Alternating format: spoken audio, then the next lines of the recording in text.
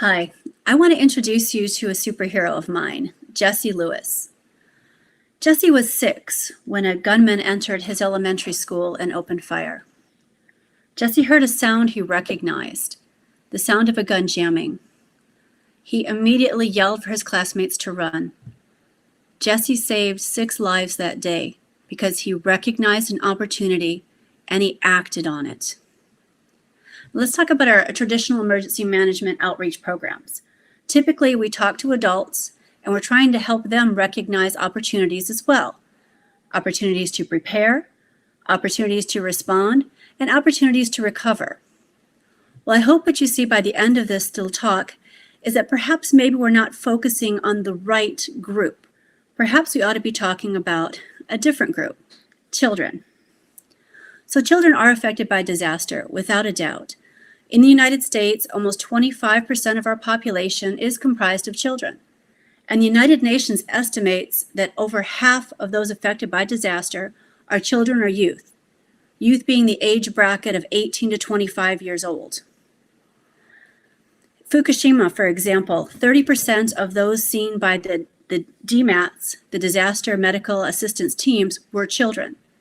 And we look at COVID as another example. I don't think there's a child out there that hasn't been affected.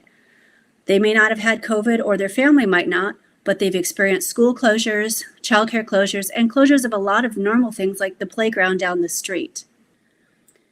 Children are impacted physically by disaster. They're more vulnerable to injury, illness, death. They have different circulatory and respiratory rates, so a lot of times the bad stuff gets in quicker.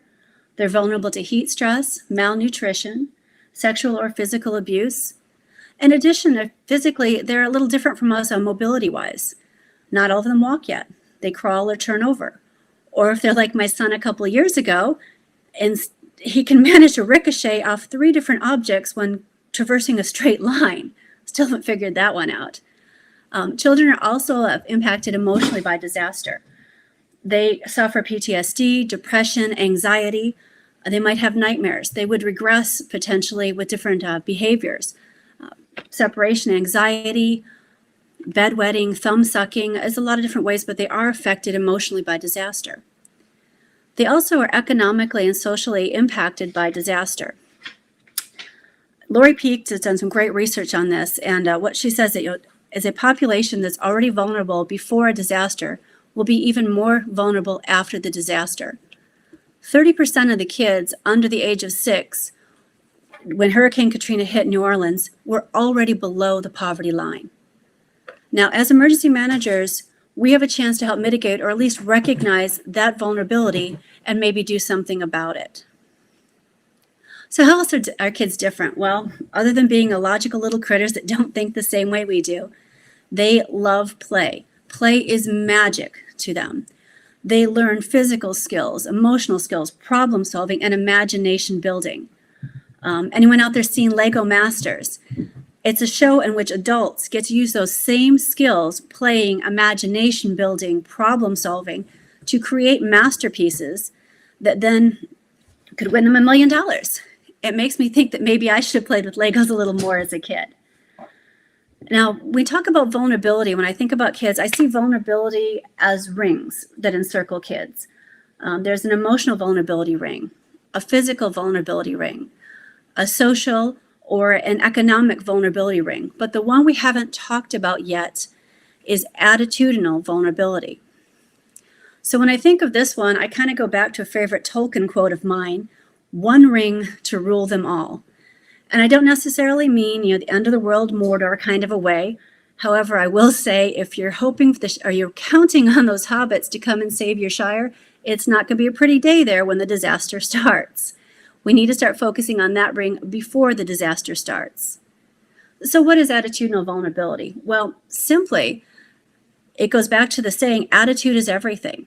It is one of the most powerful and the most easiest to influence vulnerabilities out there. Helplessness, we often forget, is a learned response.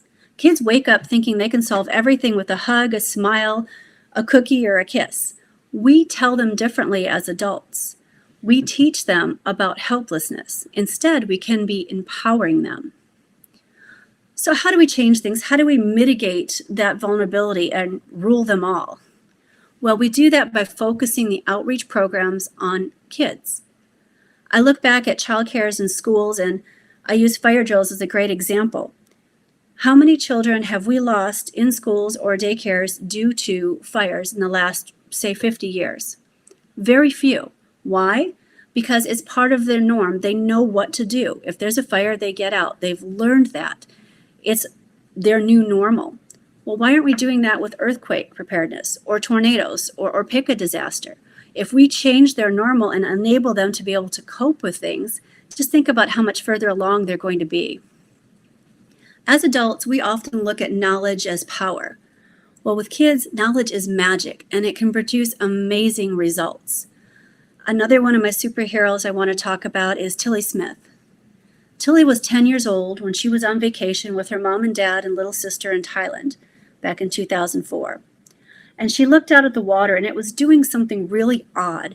It was all frothy, kind of like soda, and it was receding. Now, you hear that word receding, and we all know what that means now, but that was not the case back then.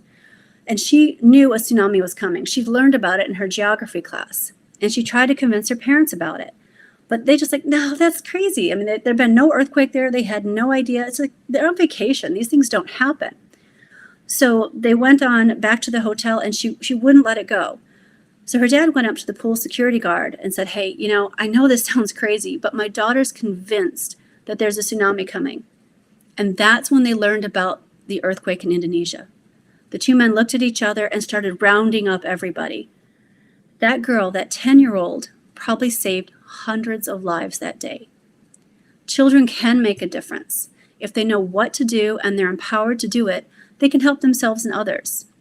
Not only could they be future Lego masters, they can be superheroes to their family, to their friends, and their community. And we, as emergency managers, can help them by refocusing our outreach programs on the most vulnerable and yet at the same time, the most powerful population, children. Thank you so much.